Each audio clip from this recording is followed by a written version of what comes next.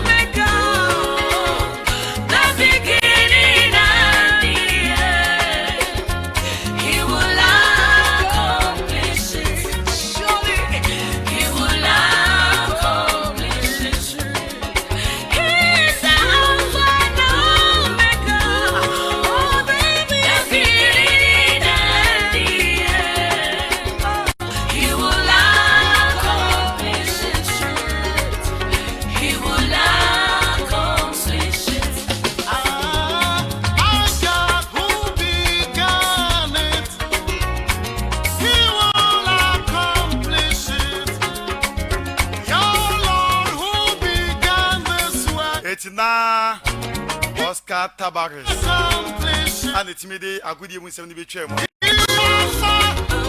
believe so what me keep you updated.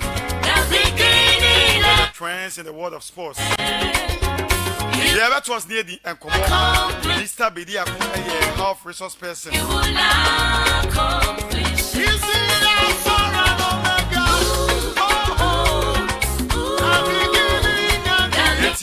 Mr. Bedia going to be better now. Now yet didn't come off your pump the Sabakaya, now what you send there. I know me and Mr. Bedia going to come on. Come on, not a fan. Self medication was a mechanic worker. And as you be come up, I have vagina order. Vagina order. Ah, chese. No mean to be true. And I say, no, na, ebe church. The minimum say, a bon commodity of vagina order. And passing beyond. I want you in life.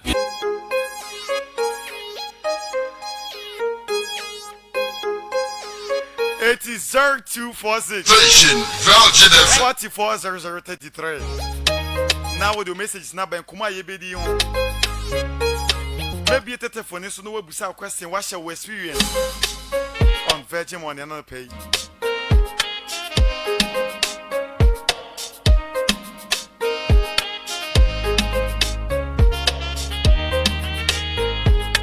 Zero 246 440033.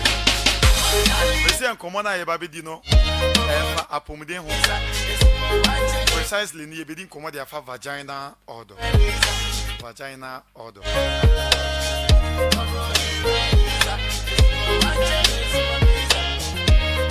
Eti mame koma Mr. Bedi akon akwaba na yenhye koma twetwe no ase wo a wo hwe me wo a wotie me ye bedi nkomo e de afa vagina order ho afen so akomo yi no enye Virgin Television so kwa na betimi adjoin ne Facebook ye Virgin 1 TV GH Instagram ye live ho YouTube ye live ho all the social media handles eti mame koma na kwaba na ye nhase eni enkomo for messages ne bra na me ken come out and na no pay e wo dwumedie eso Mr. Bedi akwaba ya menia apomboko yankopon adom okay me hwia me timi so ho ye pa okay ana me dia no me dia ne Virgin TV yes ba o dia den polo me won say polo tag bi bo we need DJ never okay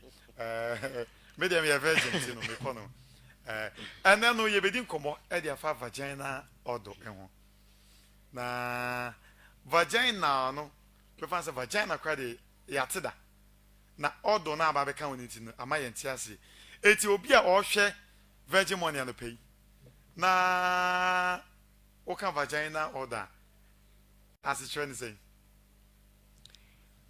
Yemfa enchia endikan ma Virgin TV staff enyina. You yenuanom ma eno. Okay. Say ye ka vagina odo a. Eye enka bone a e free e maase. Okay. Yenka ne saati awa. Enka bone a e free ma ase. Okay. Eti na eno ne vagina odo no. Na eden be ma enka bone aba obabi ase. Ana obabi ase na enka bone na eho naturally. Yo say ye can or how titiriwa eha ema epa emu baako ene sa topic ya ye kan ho asemi. Okay. Enka eyenka bone a ete free ema ase edeba. Na say ye kwa animu kakra ye betimi aka say we ema edubia esiwa anye ye kura nwotwe nkron de wobewo saa ohaw no ebi anase in their lifetime no ebetimi ya happen to them. Okay. Yeah. Yewo enka huro ebebre a ete free emase meka ye kan baako ahuro bebre different senses etimi fi obaase na den na ebetimi ama ya ka say ebia enka bone efree oba bia ase eba oba bia wo the normal vagina odor Ya oba ku be normal. ya na eno no ye ntime nka say na ewo say ete mayema enhweso bia say wakọ baby a ye ton perfume. Okay. Un say scent no edoso esane different types of sprays are egu nti oba bia ni mu nka e wona se. Okay. Enti bra enka bia ususu say enye ne a esese free wase e ba no wote no saa bre no yebetimi aka say bia nka bone bi aba nia etaye common pa eye ba ko bia it's been caused by a bacteria. No enka no scent no kwa bibi say enam foforo enka won say okọ yeyi nam efree ensuo mu a se ne ane enka ne te no enya ne pa enti obon say obeti enka etisa e na afei enye enka na enko a obon say afei de o discharge ensuo fitaa bi nso san free na se eba. Okay. Nti saa bre no bibi saa enya sipe a na wehu se da bi bibi nkoyie ewo ne nipadua anase na se eho. Okay. Nti semeti wase ya me ne mahwefo ne atifo te wase a na che so oba bia de o nka bia saa enka no ono nko a unique to saa oba no Saa ba no de enye enka bone debi enti mayen femu miensa ne enhwe ne a etimede enka bone eba sani amekan no ba ko is being caused by a bacteria. Okay. Na eno na yedi kan a kire mu say eba sa ebi ana scent no ekoye sani anam a enyane ena afin so we discharge white fluid. Okay. Ba kon so betimi aye se bia oye oba one mema tenya nkita hodi bebre eno so betimi enyanka enye papa obema ba ko na mema different one mema etada yen kan sa eta ehia epa no obetimi nso enya nka enya papa every wase. Okay. Na enemu yare nso ahoro nso timi manka bɔne efiri maase na ha ne yɛnhyɛ ne nso sɛ unya yare bi te sɛ chlamydia anaasɛ gonorrhea saa yare mienu no de entimi ma nka emma wase fa ne sɛ bia wakɔyɛ test na show sɛ wanya gonorrhea na oyɛ oba emfa scent enka ho eti gono emfa scent debi enam ema ho debi enti eye niema bebre na cause na nso miensa pe ne yaka ho asem eye bacteria no ena afi enemu yare ene ye wo nemu yare ahoro nso a enso ntimi mfa enkabone emma eti gono ne ho no se oba bi ka se wanya gono ntia de nsa de enkabone abanasia na che se wonim ne yawoka ai aha no na che se yare foforo no wenya na emumenya gono onim yare na wenya yes onim yare a wenya ahwefo we de yenyina yasomo a eti yenhye ne so sa na sa vagina odo ye ka ho asemi no wonsusa so bone bi emuai ne ai adenti ne ye kasa okay se unya sa ohawe na sa wanhwe yi a ebetimi ahawo a oye oba no okay ba ko ye se bi a obe feel uncomfortable se won afi unam nipa mu a wankasa obehu se unni wo ho so aha afi nso yare ahoro betimi enya wa ebi mpo ha ebi betimi enya effect ewo wawo mu okay akwala a obewo no obetimi akwala ne so betimi enya yare ebi betimi ayese bi abewo akwala na nikura betimi afira enti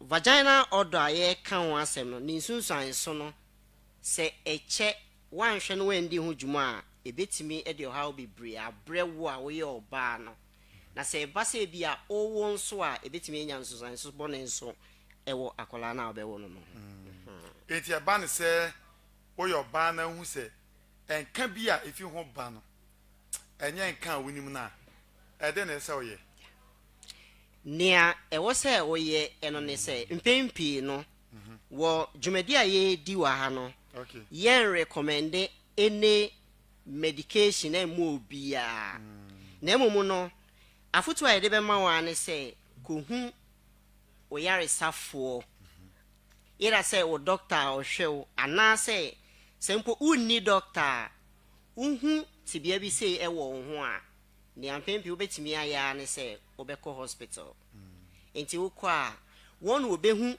enemu yare poten ana se ohaw na wo fam no ne akofa e de aba okay na wetimi aso ano ntem e de ama wo aha no ema bebre edi mfumuso ene se nipa enum pi eyusu creams lotion wipes kame be ba ho ene yedru ho dabi yedu ho aha wadu enti se uye oba uta yusu pint liner too much a ubetimi enya bad odor okay afei eye creams ahoro a yenim wotonton wo yen dan achi wodi twamu ewo street so ebi mpo wo ho a drugstores ahoro ebi no kọ ekoto de hyehyehye ho ase nanso ye bisa wa ha se so uye oba eye papa se ubepepa wase ana yemfa ne se wasori anopa ebia wasensu a wodware no so saa na eye se uye oba bia nso a wo hyeda toto niema bi se wo de siesie wase e de semina atwi ho ene niema bia na ehwehwemu kire se enye papa saa aha enti enye papa se wudi enku lotion ana bibibi ebehye wase se wo ye oba etu pese ebia oye vagina cleaning obense senia yedi kan aka no oman bia kro bia eni bia ne okwan a wo fa so eye na emom no ne ayenim ene ne se eye vagina na nkasa no ɛwɔ kwan eno afa so clean no ho aha vagina nankasa esiesie no ho okay nti enye papa say yede niema bi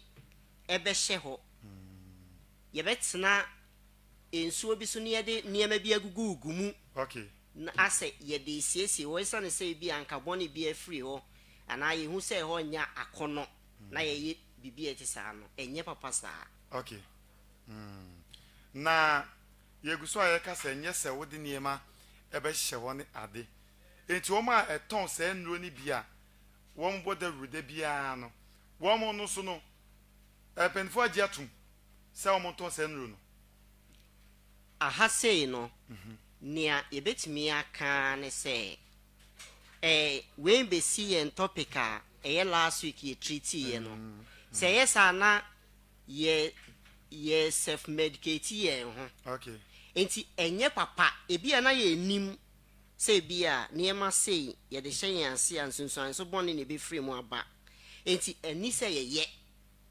say uyare a on think kan bone bi wo wase a enkoto bibia amfa nhye ho okay na emum no ko ayaresa bia na Mr. Bediako mami wisa enye niwu say bia oba beba na bema over the counter medicine seller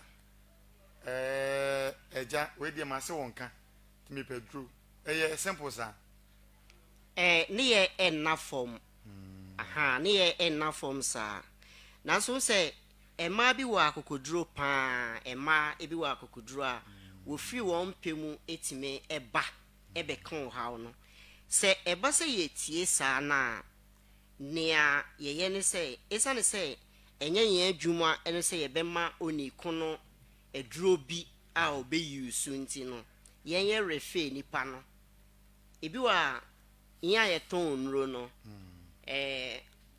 anesses for ne doctor for aro bebree ni mu won nti obi wo a ebasa ne arefe wo se kuhu nipa asemesi aha nti bia oni na ekono na ofere kra so obeka nti wo betimi afre nurse ni na ama no nti wo kakra se unipa bi sei na odeba okay aha ye di koma fa vagina odo ehu 0246 44 0033 number abetimi afre na wadwan ni discussion no enu echi no SMS ne WhatsApp sa number na de ye adwuma eti wo the message ba making kan na asembisa yetimi ama anu yi but maybe phone lines no na me fa afrefo no be ye miensa na mentu adwuma di no eso Mr. Bediako say no mo refer ni pana aya mo ye follow up ehun so wako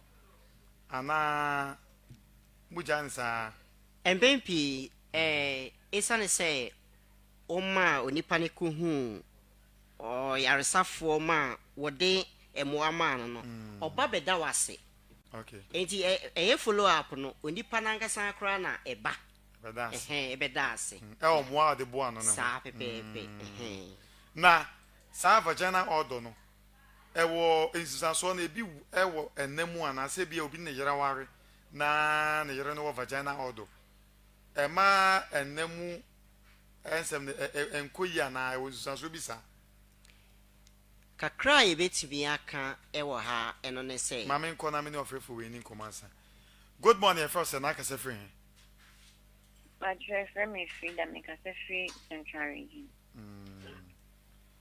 ma wa no so kakra na yetimi nti okay Gaza free central region for me free that okay Freda yenko ye but your besim bisa say za vagina odono white ebetimi akofasa janso ne so abana obeyi wa no enti ko so hwe veg television okay with us for frefo na yentimi ene nini enkomo anapayi 0246 440033 good morning first and akasa free Hello. good morning first and akasa free I should be Claudia. Claudia akasa free but you make us free. The chimney. Okay. But Kasane you ko. know, say, the over white, sir. That's the unya sapam pina. And no, I want to just be an would be a white by pampine in him. Okay. White and pampa in him. Yeah. Mate. Obey you one no. Mamma for no back home and can one afi. Yafa num okay. Producer say yafa num tino. Messages neso about the kind in the course of the discussion. Good morning, first and Akasa friend. The Godfred Wiseman, now we need to back up. Okay, DJ Wiseman. Apombo Cordie. I'm not doing a case I came to my. Okay, Chawajini and Quay say, Ubisa and Bizanso. The nigga will be mentioned. Girl, no, it's a fair question with us, or swimming this amount. I be Samano, when it go FAD. Or swimming this as so, a banner white and I think maybe Anna. Obenya White and a city me be ana. Matimo Cosson share Virgin TV na. Mr. Bedia Kumbe you ano. Yantuas Yafenum the Preco. Yafenum the Preco na. Or Shani na. We say, good morning, please. I'm having a girlfriend and she's suffering from. Okay, I'll read that one. Let me pick a call after us. Good morning, your first saying. Naka suffering. Hello. Good morning, your first saying. Naka suffering. But you make us see Boko upper East region. Your first saying. But you say, What body? Body, what will be a free? me did the precious. Okay, precious. We some answer on the enco. What TV level on the low one, mammy, and yes, I'll bet you. Na ama. You mate. But you me person bisa say. Bisa asana ne enko yenim, bisa na yeti You, but you, Madam Fubion. I say, or see, na sen, a yai kikano. Nti what it is, or the core hospital, no mamma need drew. Na like it has stopped. But for some time now, it will come back again. Okay. So it's very serious, and he's using she's on medication, but still I have me pa. Kosuti na hwe na obema mo ayisia. Yo, me das. Miss me that's pressure self all the way from Boko. Mama from last call na me kan message na fi Mr. Bidi Akunyi ano. Good morning, your friend say na kasa friend. Low out TV, you know, a volume no na yini komo. Ahwefo na etifo eni di mo afra. Wo TV ni volume no low ano. Na yitimi ni komo. Good morning. Your friend say na kasa friend. Went to nyina so. Last caller embrem 8 o'clock AM. Na good morning, your friend say na kasa friend. Hello. Good morning. Your friend was saying na kasa friend. Pacho me di Regina, me kasa free bantu. Okay, Regina meet you. Me pacho, na ntie di emfitiase no shase na ntie bi. Afi na meti. Okay. Pacho doctor me say, like any kwan se oba, odi ade hihye wase. But oko hospital a me call me nya insight me call hospital no. Omo ma na yidi den o de show us ya intimi na ne da enti no so eni kwan ti issue saa de na na Mati obema mo ayi ti ko so hwe dwumadi no. Okay. Yem fa frefo ni sia na me kind message we. Good morning, please. I'm having a girlfriend and she's suffering from white. Is she advisable? Okay, I believe sir, is it? Is it advisable? Is it advisable for her to use any medicine? Kwaju. Okay, Kwaju. Mr. Bedi Akon ebe boa wo sa kwan no. So me di afre no. Esia wo sa segment we mu. Name a brebesia to be nabi before from Massian Frey. Any pen in the fray, young queen. Ma yen fen free ha. Say unya vaginal discharge. Whitish na shenenso. Senti bia eni echiri. Okay. Anase enkekawa. Ene ebetimi aka say eye normal. Nipa miense di kan bisae no. Won ho emuai na yede ma no. Okay. One watch say white. Be ebi wana enka bia eni echiri. Ena ye ka say se ebasa na nka eni echiri se enkekawa. Eno no unse se bra o ovulate no. Yetenya such a discharge. Okay. Nti eno no normal. Let's put it that way. Okay. But say koba say the vice versa na che say it's a problem. Nti etiefo no beti ase ya sana ete. Aha nti ebra enka no ebe mu pe eho na obe hu say there be problem ewo echiri. Yantoaso.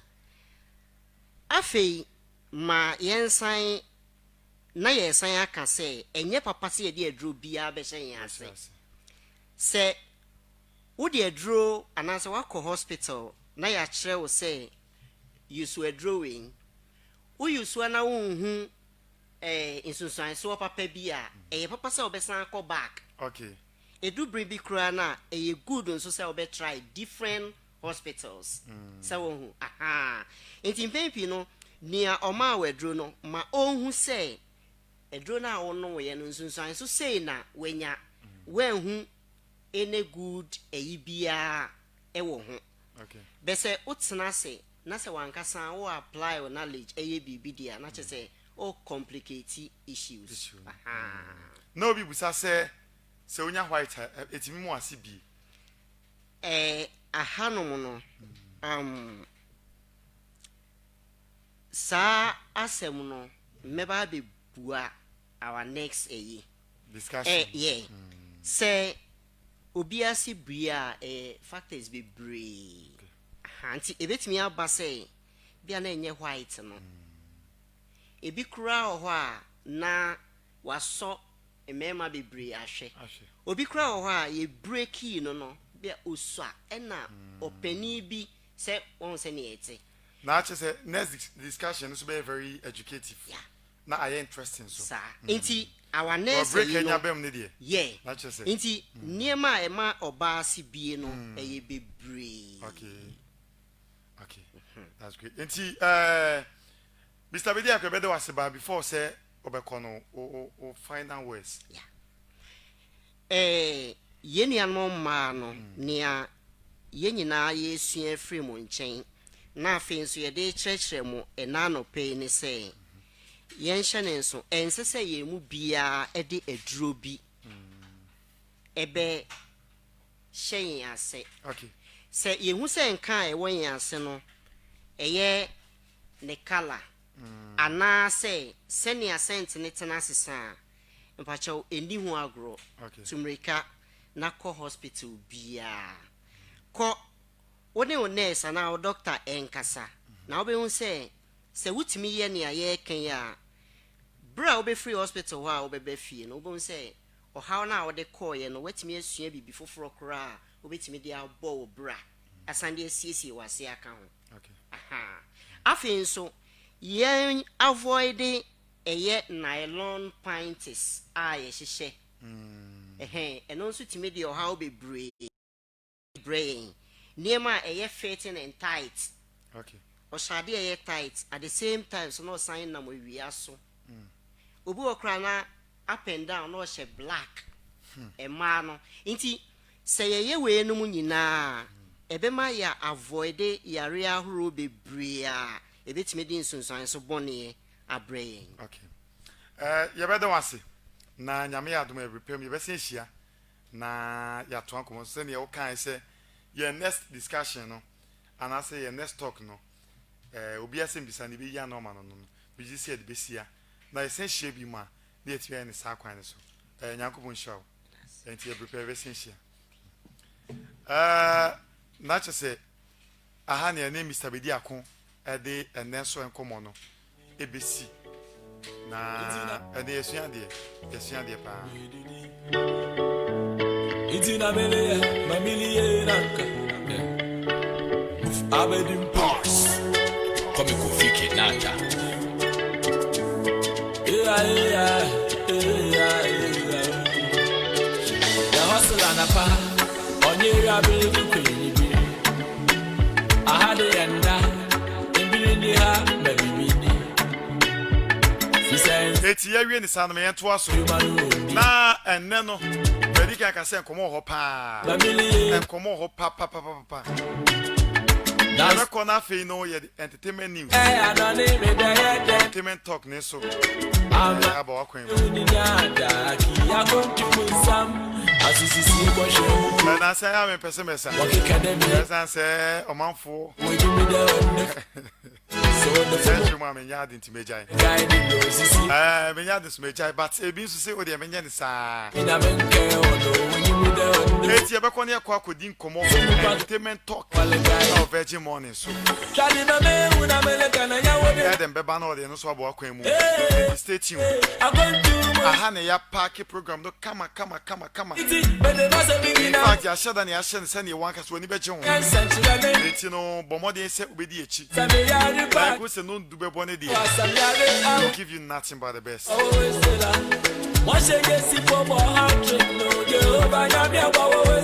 Eti mami twa me homra. Na me ba na fe ye dey. Entertainment talk ne so aba akwan. Mama wakada nyame aya so no na wa yi no akui do nya ya no ko. Mama una America na ya wode na America.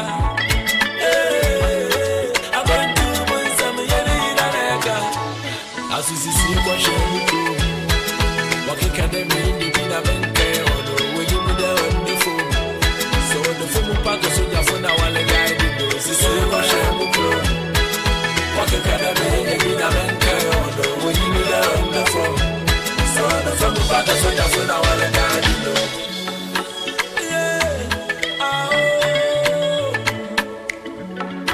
be my soul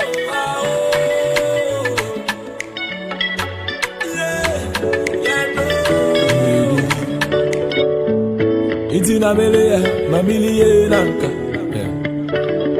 Abedim Pass Come kufike nata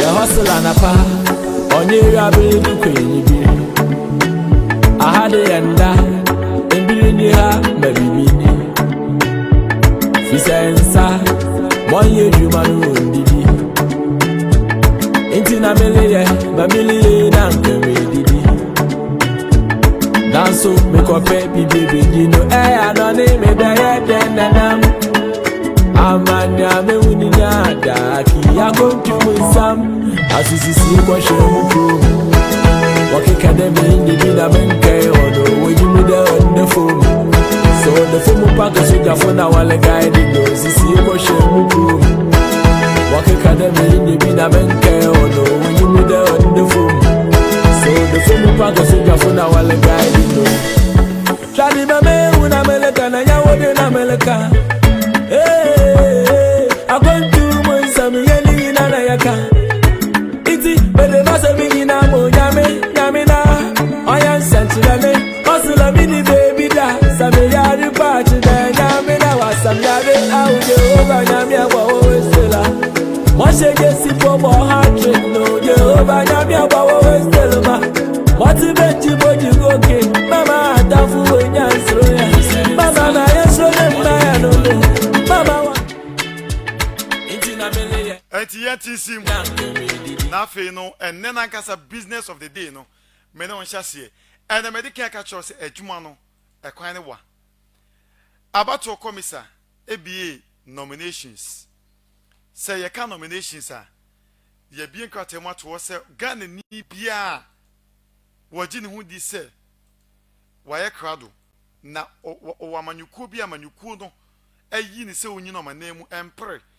emrahye bedwa konya anaso mapani akonya ma no ana mpo se obi a kwantin kro no a ohun so betimi agina apre no wo metro ne din wo mefa form no nko fele no famra enu achi no ne beka se sa oni ni eba wo de ne form ne koma abato komisa wo betua 10,000 Ghana cedis 10,000 no parliamentary aspirant na chese wo no pese wo komrahye bedwamu na abato mpesoa ahanu eduoso enum no wetimi kogina baako omafo won anemu ana se opese obedi mampani wo Ghana ase ne Ghana mampani nana adodanko akufo ado etiso idia ene ne no betua 100,000 Ghana cedis mame nko tete no emerahye bedwafo de 10,000 ne 100 million o mampani de no 1 billion bekan so ye mahyew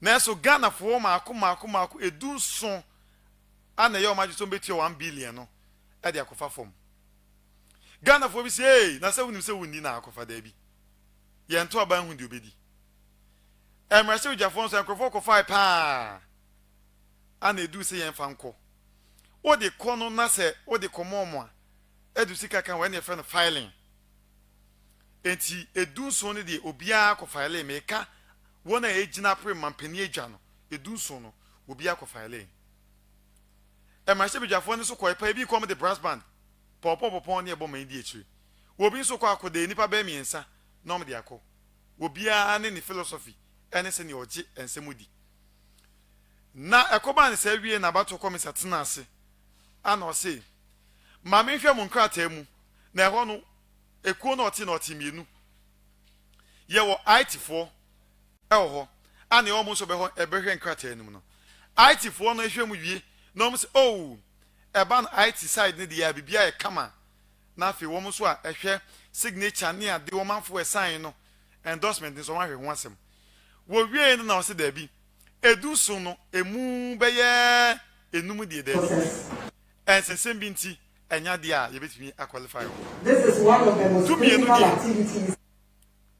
Yet ya se wo mo ko no mo kopre na se ni abato komisa ankasa chere ni semu no no na hwe screen so a da so ndimemu wetie bi opoto kasemu na me ni abato komisa na ebe adwuma na no pay enti wo kasa na me so me bem to hwe screen so a sa na ya hye no kama enti ano pay no politically ye hwe from nomination to ballot in enra the journey so far our virgin morning so enti abato komisa yentie sene osi declare candidate o ma qualify any candidate ye disqualify o no sene osi chemu de yentie abato komisa. It has been this commission's resolve, distinguished ladies and gentlemen, to provide regular and comprehensive updates at every stage of the electoral process. Therefore, having completed the process of receiving, reviewing, and scrutinizing the nomination forms and documents from presidential and aspirants, allow me to update you accordingly. As you may be aware, to enhance and ensure a transparent, credible, fair, peaceful, and yet accountable electoral process and election in December 2020, the Commission continues to develop innovations to ensure that we carry our citizens along in all our processes. This transparency was evident throughout the registration and exhibition exercises, and indeed throughout the week-long nomination process. As a Commission, we intend to be open and transparent in all our processes and keep you, our distinguished citizens, informed in a timely manner as we inch towards the December 2020 election. This year, the Commission made the nomination forms to aspiring presidential and parliamentary candidates available online. This helped ease the burden of traveling to the Commission to pick up forms and eliminated overcrowding at the Commission's offices throughout the country, thereby curbing the spread of the COVID-19 virus. The Commission also developed a detailed checklist that embodied the criteria to be satisfied by presidential candidates as prescribed by law. This template guided the scoring and awarding of marks by teams established by the Commission to review all nomination forms submitted. Moreover, 4 months in advance, nomination forms were made available on our website, and each political party or designated representative was provided with a unique code to access the nomination forms. This eliminated the incidence of different candidates of the same political party filing nominations for the same position. This year, the Commission set up 2 teams which were tasked to review the nomination forms submitted. The technical team scrutinized the forms submitted to ensure that aspirants satisfy the qualifications as set out in law, such as the age requirements and the fulfillment of tax obligations, amongst others. The IT team also reviewed and scrutinized the forms to ensure that the candidates and their supporters were indeed registered voters on our register. We are confident that both teams have been thorough and yet fair in their work. Yet another welcome innovation was the 5-day period provided for the filing process, as opposed to the 2 days provided in previous nomination processes. This allowed enough time for aspirants to correct any errors identified in their forms. All in all, these innovations helped eliminate the confusion and tension that characterized previous nomination processes. As noted in our last Let the Citizen Know encounter, 17 presidential aspirants filed their nominations to contest the December 7th presidential election. The Commission is happy to note that for the first time in our nation's history, 3 women put themselves up for nomination for the position of presidential candidate. This is a testament to the growth of our democratic space. Now to the reasons why we are here. At the end of a thorough review process, I have the honor to present to you the presidential candidates who have qualified to contest the 2020 presidential election. And we will name them in the order of the filing, and not in any other order, but in the order in which they filed their nominations with the Electoral Commission. Mr. Alfred Kwame Walker.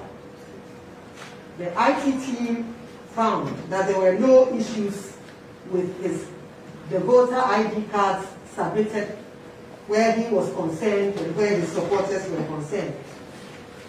The team noted a number of technical issues in the sense that one person supported both the Abuakwa North and Birim North districts, and they had 2 incorrect voter ID numbers for 2 of his supporters.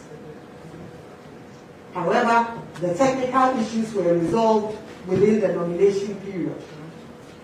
The candidate has therefore been adjudged responsive to the nomination requirements and has been cleared to contest the 2020 presidential election. The second candidate who presented his nomination forms was His Excellency President Nana Addo Dankwa Akufo-Addo.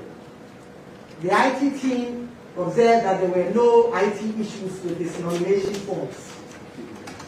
With the technical issues, the team noted that the candidate satisfied all requirements, and they concluded that the candidate is responsive to all the nomination requirements and therefore cleared to contest the 2020 presidential election.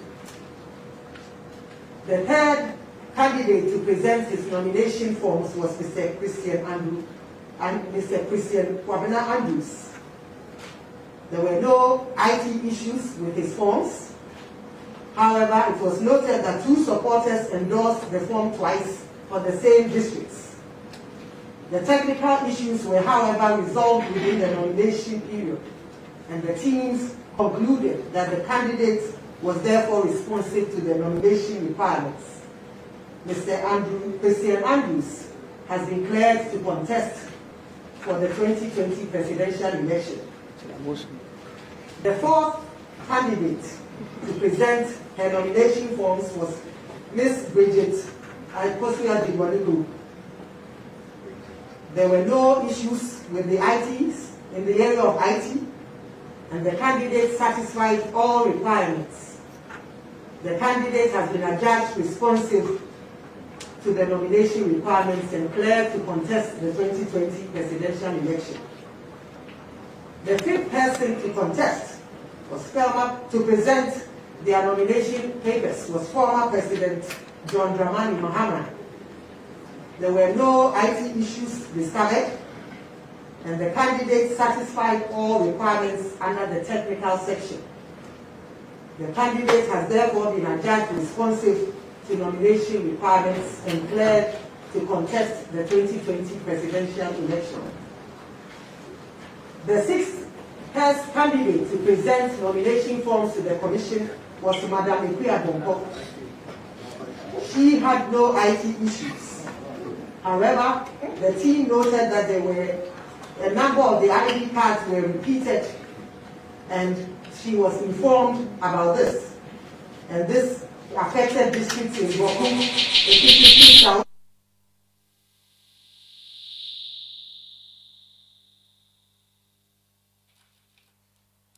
Enti na abato komisa ana wetimi a kyerɛ ne semu no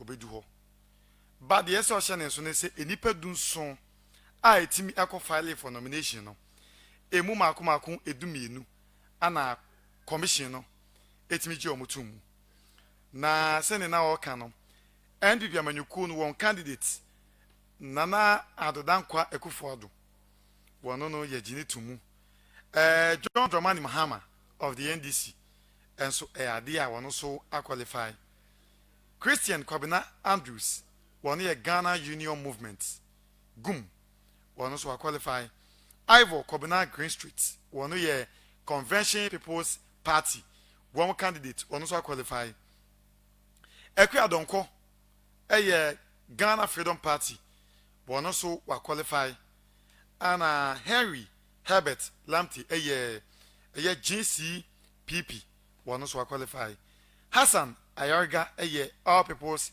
Congress flag bearer one also were qualified and Percival Kofi Akpalu one Liberal Party of Ghana LPG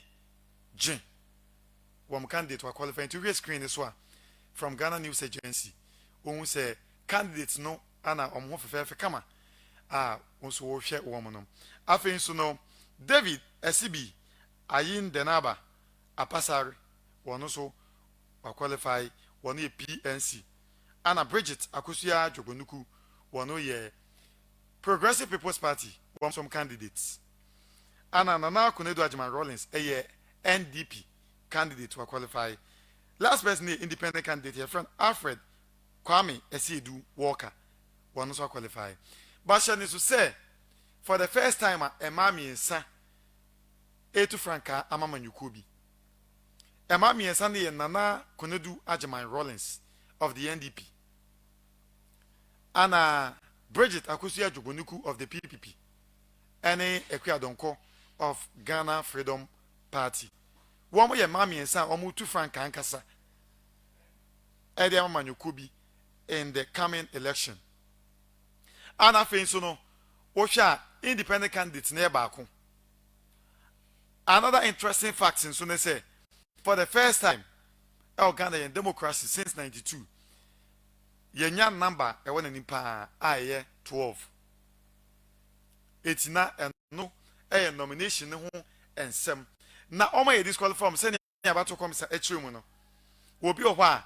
Na duplicated signature say signature ba kunu timi say no one sign wo no obi nso atimi so endorse am obi no asa be endorse any other and they may be omtimi detect ya wo mo de farm remu na ye ma ho kwase de sa candidates no one sem fata say wetimi a contesting presidential election e wo man Ghana mu entie nei no say ye ka akowie dia na che say Sampen for Maku eye edumienu emema enkron ema miensa womo ana ejina mu apro mampani adwa no come December 7 2020 ewo man Ghana mu aya no ahye ne so e de ama me ewo sa kwan ne so eti ewie nomination no ana ekobans enra na esa abato komisa etimi ejumedi sonko na oye ne efe no balloting say yankore ne obedi kan mienu miensa ewo ballot paper ne so na eno se yankohwe se ne ejumedi no na hyase na nkasa no na etie party reps ekopie mu na wo be balloting no eno se yanhwe se ne na jumedi no esikoye na eno achi no mesia bem na afi mi no wa bedi nkoma chechero mu nia ekowie enti yankohwe video no se ne eno abato komisa wo mo aseyeye na party reps ekopie mu na Peter Boamotoko no deputy secretary man DC we raise concern bi ni they are very interesting ni nyina no ekaye democracy no ho ema agro no eyefe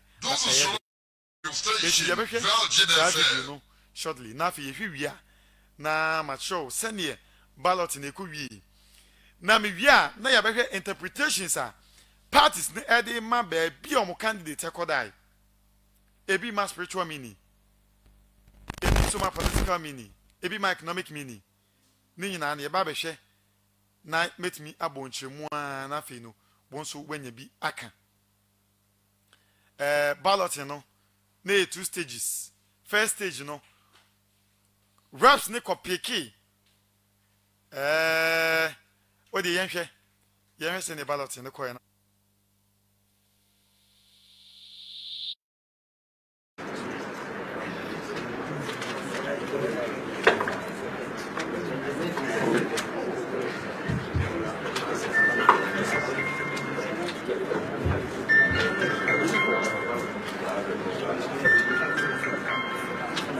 We need 6.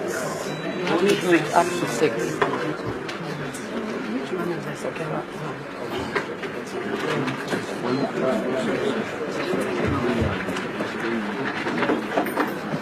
Okay, we'll start with the first ballot and we invite. Okay, then we invite all the reps to pick. Show it. Just it around. Shake it. Yes. No, 5. NDC. Yes. CPP. PPP. NDP. And PNC.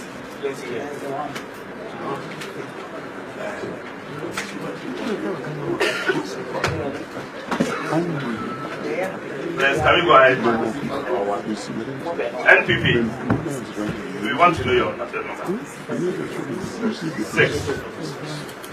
NPP 6. NDC. NDC 4.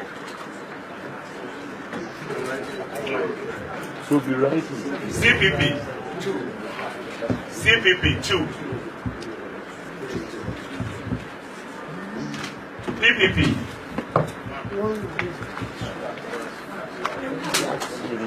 NDP. NDP 5. PPP 1. And then PNC 3. PNC 3. Don't do the pictures.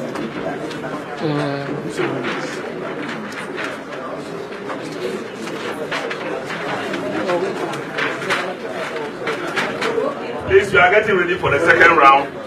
Second level.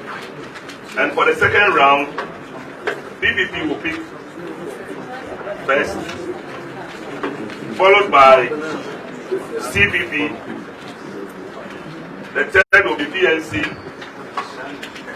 fourth NDC, fifth NDP, and sixth NPP. We are ready for the final round. Now PPP.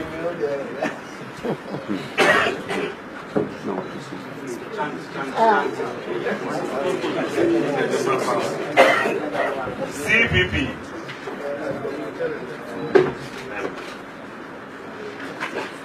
PNC. I think I stand now. How is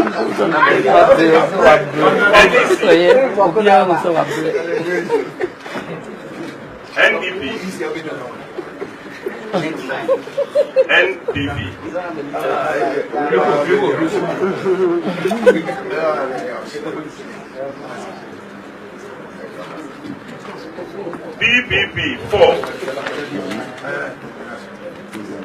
CPP 1. CPP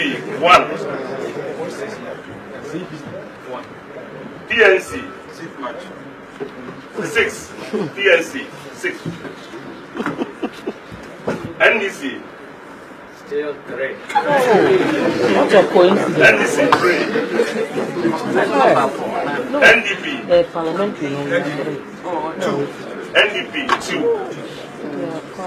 NPP. Still 5. Oh, it's good.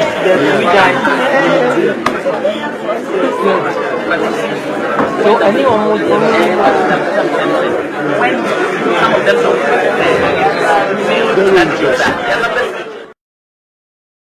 so when you could be or a ballot, ye ballot in Ivia, can someone near dinner, also be number be na ye, then I can grow no. Ye finally in the 12 with the interest in ye and Shane is coy. I believe so by now the what's it, and that's what be. Say, Nana, I do not quick for the Ghana Penny, NPP candidates, one year number 1. Now, number 1, the bear when NPP for send ye, sure. Number 1, just say, where dear we. Number 1, it will be BMU. It's not almost interpretation. One the man, another number 1, when you know. Obe who order no. Na what me follow. And this is Sukoyi number 2. John Dramani Mahama Kofi. One also near number 2. And this is one so. One saying near the second coming. One carry end before Simunya. The second defeat. And will be a action at your band. And this is for the almost the second coming and when one was saying before number 1 the chest and Nana echo one term. One saw the C one term. One was an interpretation it here. But NPP the almost number 1 the chest wedding kunim. And this is number 2 your second coming. And you call number 3 Ghana Union Movement. Ghana Union Movement. A gum. One the number 3. And also be say one the woman say send the election results in Bayanana. Interpretation ne baby brave. Net or so 4 no CPP. I walk up na Green Street. Green. Eti when you the 2 screen so abi hu send and shanity a. To aso sa ko nanim. Ni okoyi 7. Once is 7th December na beto aba no. Ni okoyi 7. As 7th December and beto aba no. It means say one with the only win query. Ni okoyi 10. Once is the Maestro and he a Progressive People's Party PPP. Once is the Maestro number 10. HSA a bano football mo cry him say obi she 10 years ya one akas na captain no. Ti almost every near we 12 neso say asie ho independent candidate Walker was say asie ho one so we cry and basa ama na ye de pa ti asie say NPP near this year number 1 and number 2 respectively yanko parliamentary candidate ho no send na entremunity nie ye be based on presidential candidate no slaughter unyai position unyai ana ye de ama parliamentary candidate or constituency nim de etie bia NPP number 1 oko constituency bia mu a essence NPP contest all the 275 constituencies candidate near number 1 I believe South here and this year number 2 also contest across baby abi could be a 1 year number 2 gum one contest so baby mi bi ba baby a gum contest no one the be number 3 but say gum anyho na party for be say NDP CPP APC PPP and independent on the better third but independent candidate in the baby on the last 80 constituency NDC NPP and independent no NPP paper first NDC second independent third I believe say you follow. That's how balloting ekoko wie enra baby a independent candidate more than one. Ye the alphabetical order of their names. Anabeye. Ye the surname. Etie bia or the efum. Number ako the obia. Efum no beba ansa na obia na eden. Aba. Entremu a isi edemaye eno no. Eti I believe say emu ada ho fan amagani ni ebia. Me be senke hwe se ne order no finally etie no na ahwefo ene etifu enyina etimi efolo nti se obetia en samamia kemani beje ho finally se ne eno balloting no ekowie no na order no yetimi afolo enye afi wei abato nko a na ye balloting afi bi ye balloting but formally no na wo mu use other criterion bi na wo mu use bi te se bia alphabetical order of their names here medical ken ni submit the form can any account but no need a lot of controversy aneba ene nam so ma yenyi ku yeni wa amanyosem mu no Ghana yetimi a device another strategy a balloting kama we enra ye de share so eti eno so ne ne akwa kopi mu tie nei no say ye ka order ne dia na that is how it is ye ka order ne dia na that is how it is enti moma yen hye ne so saa kwan ne so me pese mbobo order no efi baako ekosi edumienu no na nso wotimi efolo nti wo hwa ana wo ye screen ne so no was a balloting for positions on the ballot paper. Party initials and a position on ballot paper. NPP and our share with the kind number 1. One candidate in Nana Adodan Ekufuado. NDC number 2 John Dramani Mahama. Ghana Union Movement GUM Christian Kobina Andrew. Ivor Kobina Green Street number 4 no ye Convention People's Party CPP. And a Ghana Freedom Party Kadonko number 5. Great Consolidated Popular Party no GCPP Henry Herbert Lati bono number 6.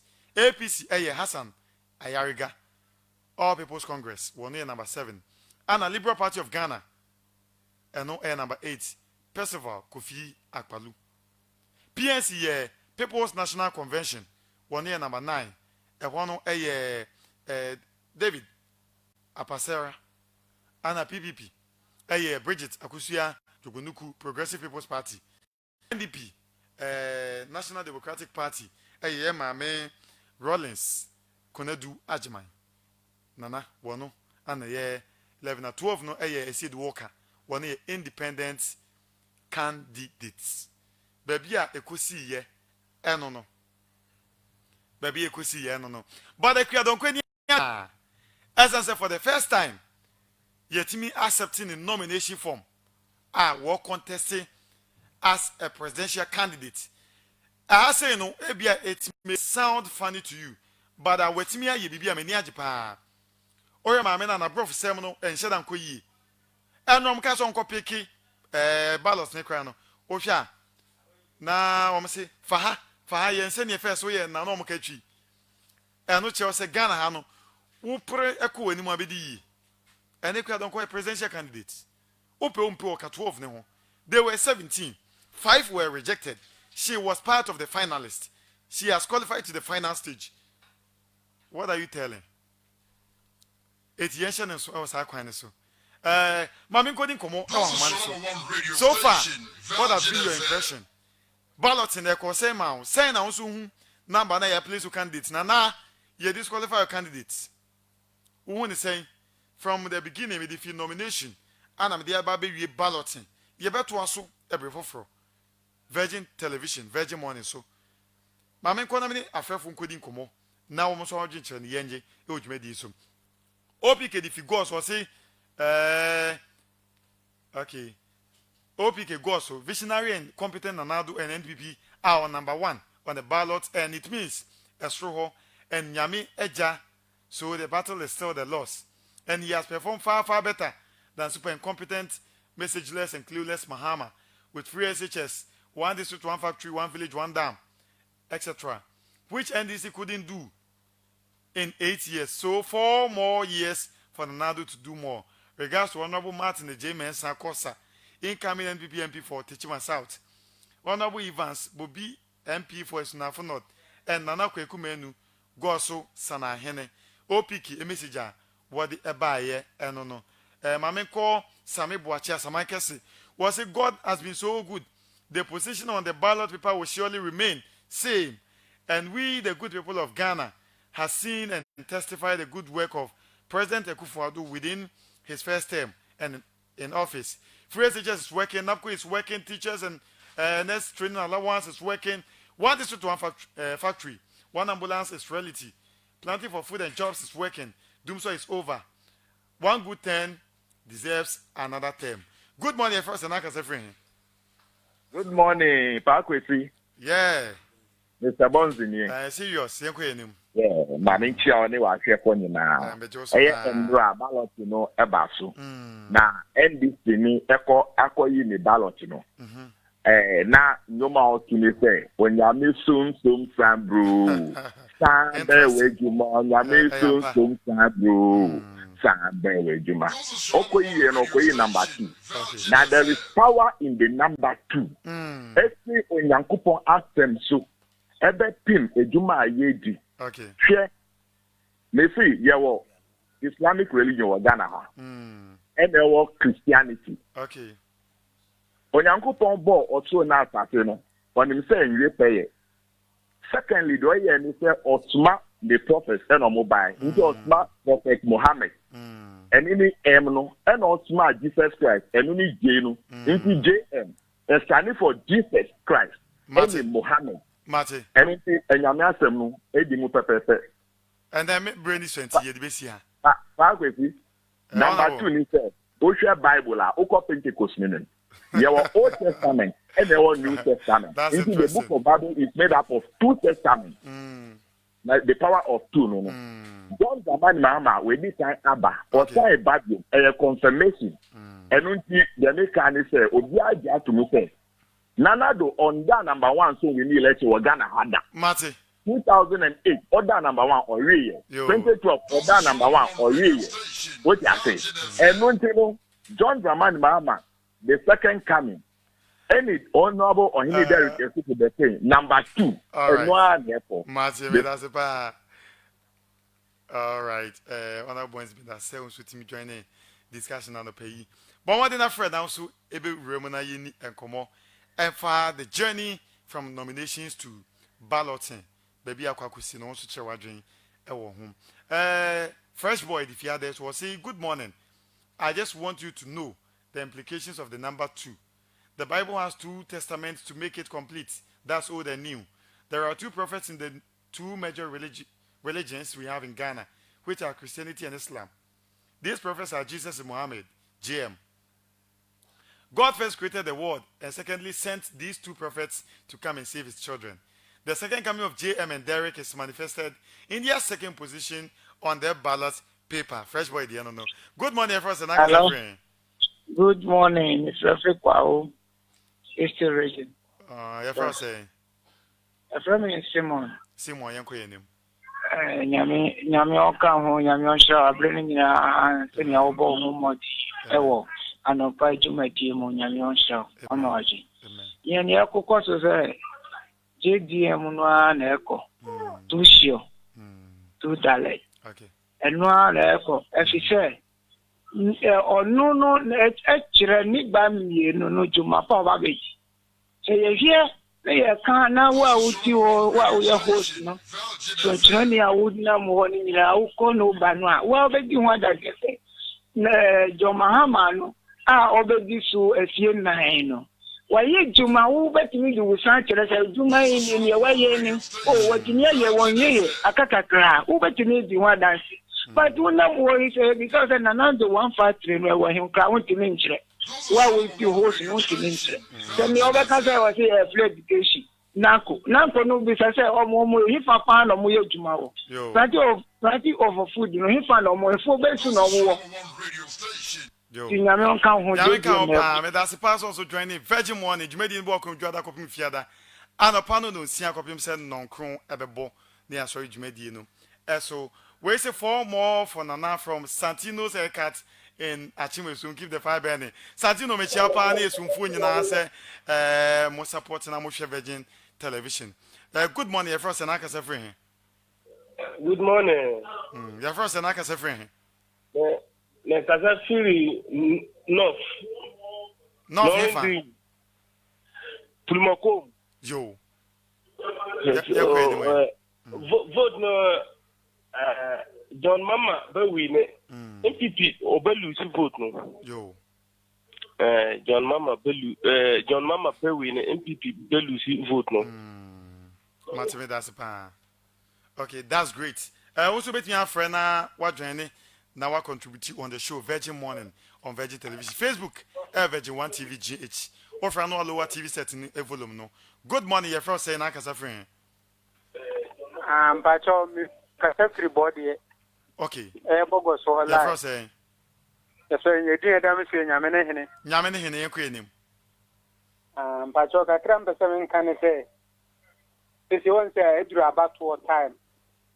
I say no dear beginning. And so la Ghana yeba ahanyene obi obebi agenanum and this MPP CPP obi aba me say nso onya betena so wie pe onjune ya yeto abanman no onjune ho entin ka me dia mesre say nka yema nyame nipa bi a wo ye sofo nka o mefa kwa no nkroma no ma no nkwa ni mu ma ni nyina nya adwumanye okay sisi agalamse ne ye galamse su na kufu ado ba ya na okunkum ye nwa galamse fo nso ya su na eto abani bi de ma o nti nka mesre se ba bi aduru mu ma nyame nipa o metina ko nwa ne so ama te wa mbuma ni ya ani ye masofu bi ampichi wa Ghana ha bi because asofu nyina nka no kore mate nti Ghana asofu no o muni oblendis no o munya ba ko na nko mu mpege nyame na ni mu nyam no wa Ghana ha mate na kwa no nkroma no mani nyina nsambla ni esu enya adwuma ni bi all right nyame nsira Christian oblendis na nyame o manu mpega na on hwe Ghana yie ni Ghana ye nyina ye bere mate me da so joining show no enano pe nyame ka ho pa mefa frefo no miensa aka ho na fe ni ye de dwumadi no asi good morning your first and aka sa free he achame ye fe me Messi ni kasa fi boku Messi ye ko enim boku ai chewa dwene enko o ma je na na do mbini yo o ya de pa o man Medasi pa Virgin Morning live on Facebook Virgin 1 TV GH Multi TV so Virgin Television Virgin TV good morning first and I can say friend lower o TV set ni volume na asa na wabo room ni edin komo Ghana for Ghana for T good morning first and I can say friend Pakwesi Mr. Bonzi ni ma sa bam eja emi de Virgin TV no one na me tinti no me nko be bia adom. Yeah, that's a pa. Pakwesi person me bisa o ene ye Wednesday me boa. Ene Wednesday. A teacher for Oma Makwan. Teachers for Emma Kwan. Oma Makwan e wo ho. Okay. Eno nti wo free a wo ka free education wa asem no. Na ehin for na wo school. Obi abati fie. Me mo fra ti fie. E bi wo school. Neighbor our secondary school form 1 or TFA. Oh, okay. Every secondary school form 1, JHS 2, JHS 3. One you now where then wo gufie. Primary school for you now gufie. Kindergarten for you now gufie. Into free education ewa and one thing John Dramani Mahama kofa number 2. The second coming of John Dramani Mahama or Saba. No other day schools mama next year na ema etimenya school ako. One go school no. Pakwesi omudo nyina be kwa akosua adwuma mu national apprenticeship program odiba Messi se wapo mudin etochima free primary health care eba the second coming of John Dramani Mahama number 2 all right Ghana na a teacher for adwuma be koso omuka motorcycle IFO mokada omodwuma be koso a driver for adwuma be koso what was the FNC okotia for adwuma be koso obi adwuma be koso enidaso eninkoso ena but that's a pa last caller Emre Munafi mefa NC and another good morning first and I can say friend Good morning, first and I can say free. Good morning, first and I can say free. Good morning, your friend Kennedy make us feel agree. Oh, can you inquire? Yo, me so imagine challenge me mama juma pani juma moye anano pay. Yeah, that's a na ye share senior amambo ni tia obia ba obia Kennedy. Na yen su timemfo no mo kada. Yen na obia Kennedy. Na si ye hwemu a senior man ye timemane eno mabu ho no ma enkoyi. Okay. Na do ba ni ye hunjuma bebira ba be ye. Ye kanu kore pa mo men kanu kore o man ye hunjuma bebira na do aye. Ba nam se me wo we ni ne we afanti ye kore ni nye adwuma. Ye kanu kore o man mu. Ye hwe ko ba di fa so ba o man mu. Enso papa di no hu si wo no boaye. Ema how bi anto ma etimamfo bia. Mo men kanu kore kakra. Ano pay me fra me ka se mo men ni na do nyuma pa na wo ye neki. Letimi aboaye o man mu. Na ye ka ye hwe obi a wabetena o man so pen na wo sen ababi mu. To teso no kwa wantimi na afi a wo ba. Eden na wo ba be ye.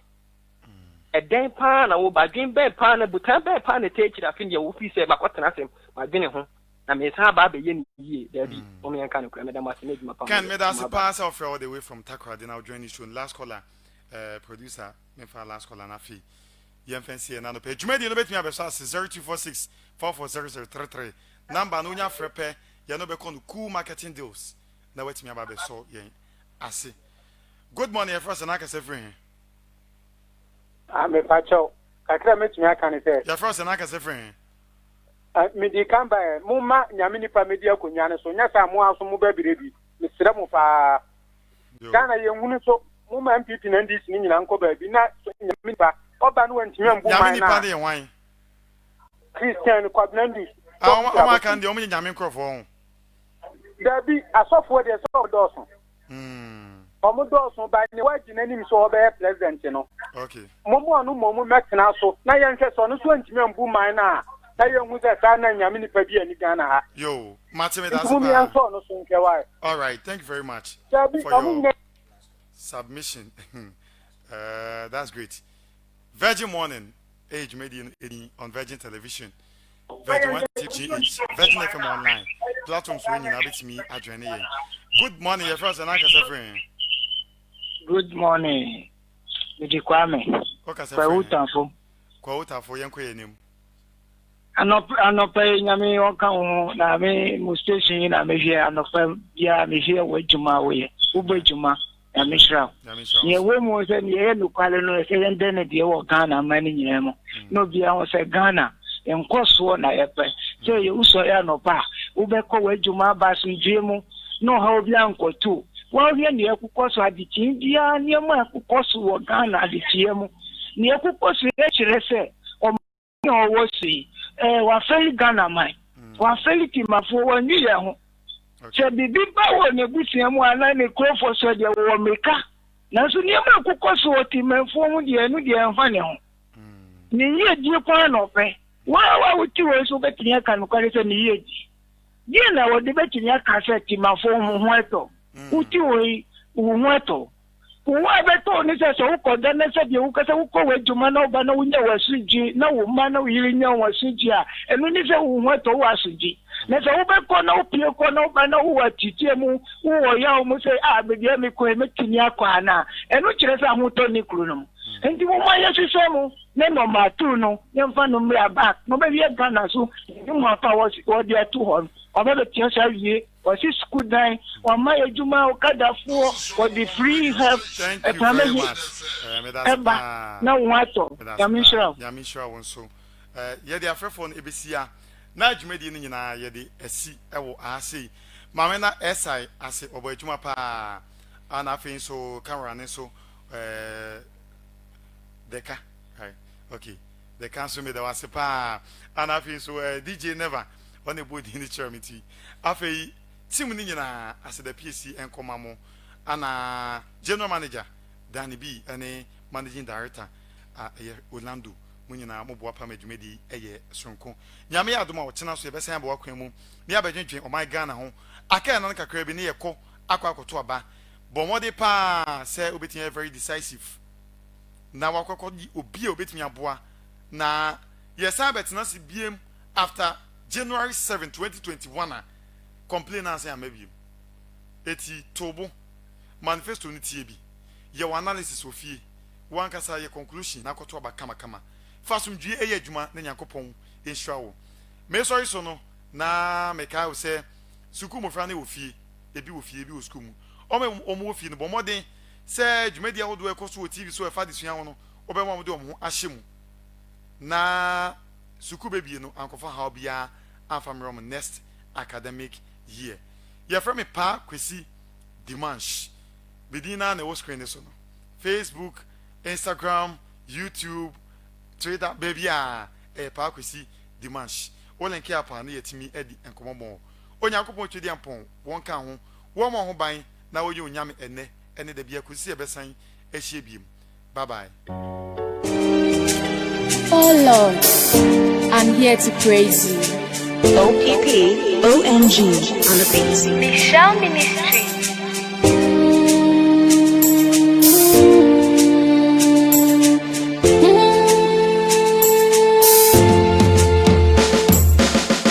Among the gods, who is like you? King of Judah, there is none like you.